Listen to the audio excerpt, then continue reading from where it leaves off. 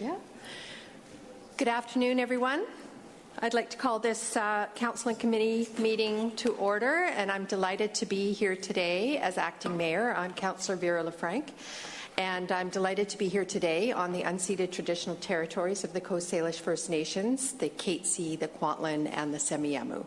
So today we have one delegation. It's Sani Zine, Vice President, Infrastructure Management and Engineering, and Don Klimchuk, Senior Manager, Engagement and Environmental, South of Fraser Rapid Transit Project. So we're delighted to have you here today from TransLink to do a presentation about for an update on the Surrey LRT.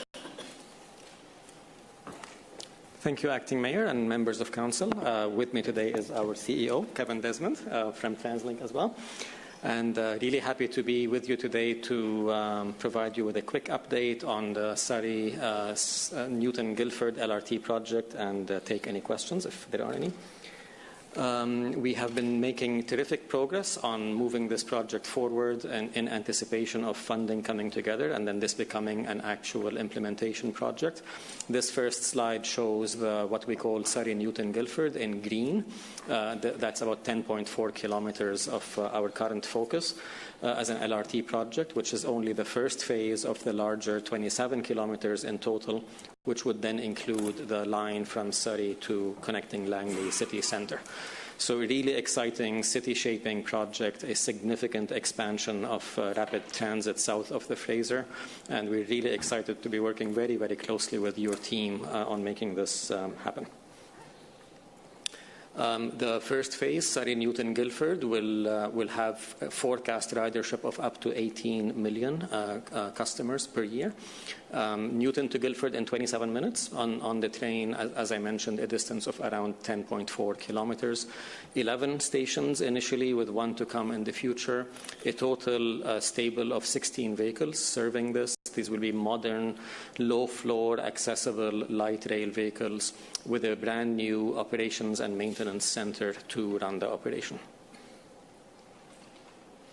We are coming to a very exciting phase where we're going to go back out and re-engage with the public through a series of stakeholder workshops by invitation and public open houses, where the public can come and learn more about this project, share with us their opinions, comments, and input, ask us questions, and then we'll take that input away and come back with more information later in the year.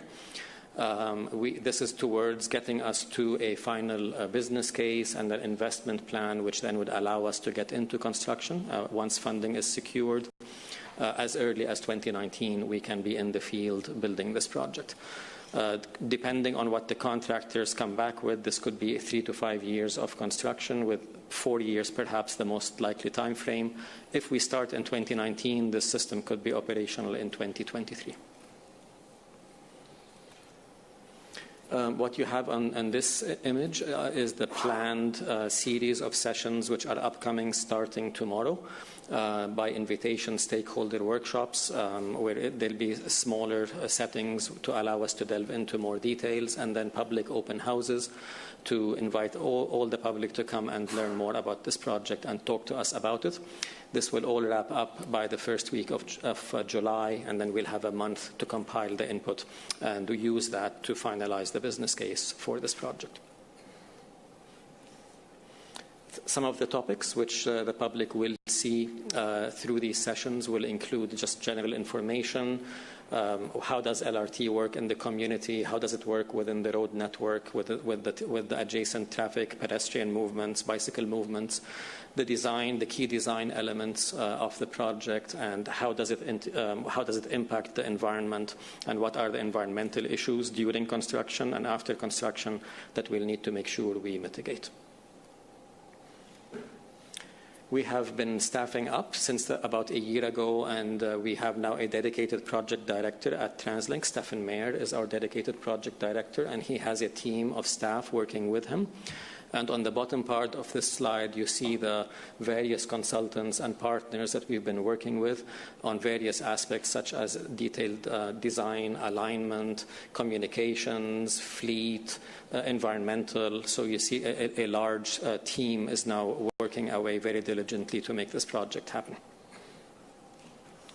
The city's pleased to announce we've developed an integrated core structure to our team as well. It'll be led by myself as project director and supplemented with Paul Lee as our LRT program manager.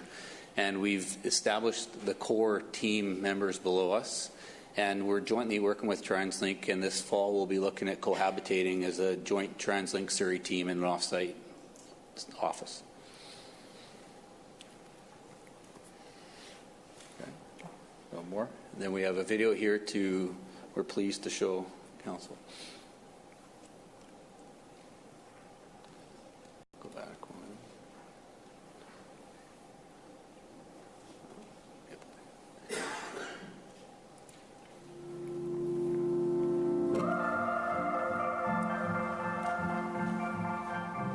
Surrey is BC's second largest city, with a population of 500,000 people.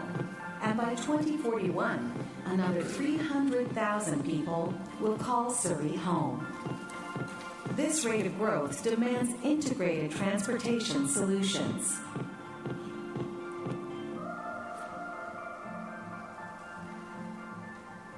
Light rail was identified as the rapid transit choice that best meets the current and future transportation goals south of the Fraser. South of Fraser Rapid Transit is 27 kilometers of LRT and consists of 2 phases. Phase 1, Surrey-Newton-Guildford LRT, and Phase 2, the future Surrey-Langley line. Phase 1 is 11 stops along 10.5 kilometers of street-level track, curb separated from traffic, connecting Guildford, Surrey Central, and Newton.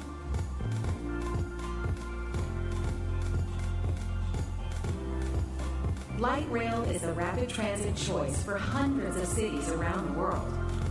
Systems in Toronto and Gold Coast, Australia are similar to the design underway for Surrey. LRT vehicles will have no-step, level boarding, allowing accessibility for all riders. Multiple sliding doors makes boarding fast and easy. LRT provides a smooth, comfortable, quiet ride with ample space for passengers.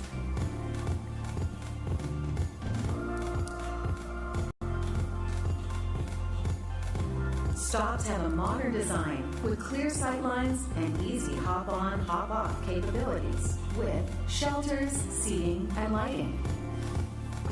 Wide passenger platforms with textured safety strips. Digital display with real-time transit information.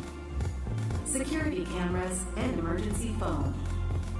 Pedestrian crossing signals. And wayfinding maps. Street-level LRT integrates with the communities it serves. Local bus routes will feed LRT stop locations, improving connections and travel times within communities. The Compass Card system will accommodate a seamless transfer to buses or SkyTrain.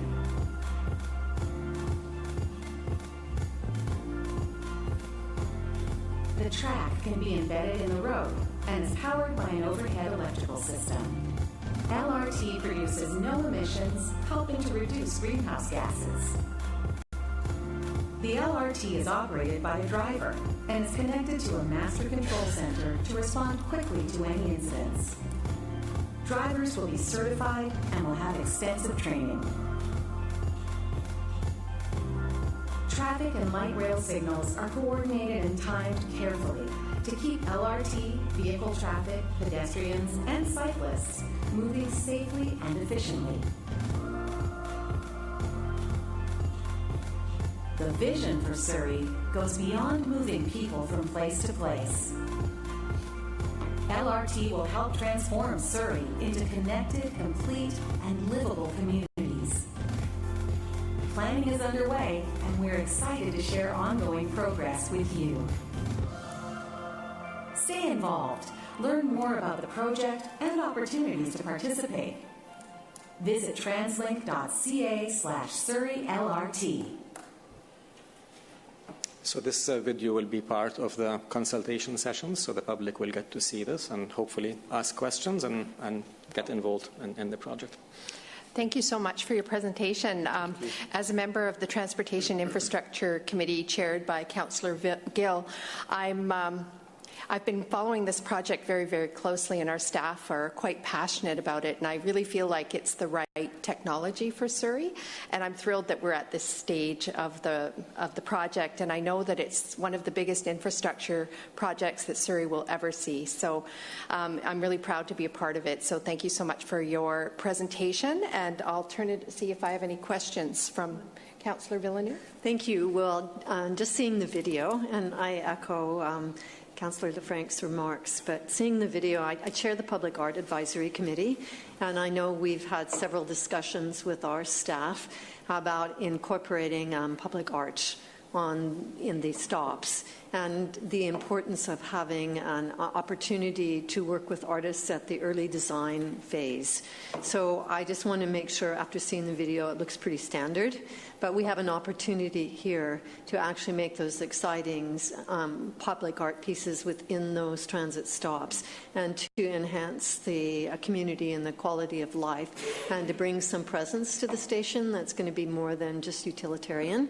And I know that in many of the projects, and when we begin our facilities now, construction facilities and our rec centres, in the initial design, the artist is involved. So I just want to send a loud and clear message that it's a really important aspect of what we want to see happen through the city. And we've been successful with our public art projects, and this is just an incredible opportunity to do something special. So if you make sure that that's incorporated in an early stage, I'd appreciate that. Thank you, Councillor. And through the chair, absolutely. We're very supportive, and your staff have been very supportive, and it's very much on the agenda at the early stage. This project is big enough that it will have its own public art program. Yes. I think you saw some good outcomes with the recent opening of the Evergreen extension, yes. And we envisage doing something similar to make sure that those stations and the system is as beautiful as it can be. Absolutely. Oh, okay. Thank you very much. Thank you. And Mayor Hepner? Thank you, Madam Chair, and thank you for the presentation this afternoon. It's exciting to see the planning that's going on so quickly, and to see the 2 project teams in place already. My comment is around, first of all, the public art piece. I certainly agree, and I also believe that that could very well form part of a procurement document as we go forward, not the least of which is there any ideas around even making the trains themselves a piece of living art as it travels the track. But the video, I enjoyed it. But our plan is to have it on a grass track, like track with grass, and I didn't see that example, and would be nice if in your drawings with the public they understood that we would be having what is called a green track. As well, I didn't see in the video the kind of train that actually gets its power at the station stop, not through the overhead wires. So there's also an opportunity as we go to procurement to talk about what it is in the world that is the best and the brightest, and offers us the opportunity to continue to be the smart city that we are. So thank you very much for the work that you're doing, and I look forward to the progress that we're making. Thank you, Mayor. Councillor Gill. Thank you, Madam Chair. I really want to take this opportunity. I think that we are embarking on some very exciting times. I think one needs to really understand is that these investments really are preliminary investments. That in fact that the expectation would be that once this new network gets developed, that in fact we'll be looking at opportunities to further extend this network to South Surrey, and looking how we can wrap around and come back through possibly Newton and some of the northern tips and have this larger connection. Just given the context, Surrey is larger than Vancouver, Richmond, and Burnaby combined. So I think that we've got some real opportunities, and for me, really this is just the stage 1 of many stages to come. So I just really wanted to thank you for your presentation, and very optimistic what this new technology has in store for our residents. Thank you. Thank you so much, Councillor Gill. And seeing no other speakers at this time, I really want to thank you for your presentation today. I also want to thank staff, your staff and our staff, for the diligence that they've shown in the work that they're doing in the pre-development phase. So thank you so much for coming and doing this presentation. Appreciate it. Thanks. Move adjournment. Call for adjournment. Move adjournment. Second.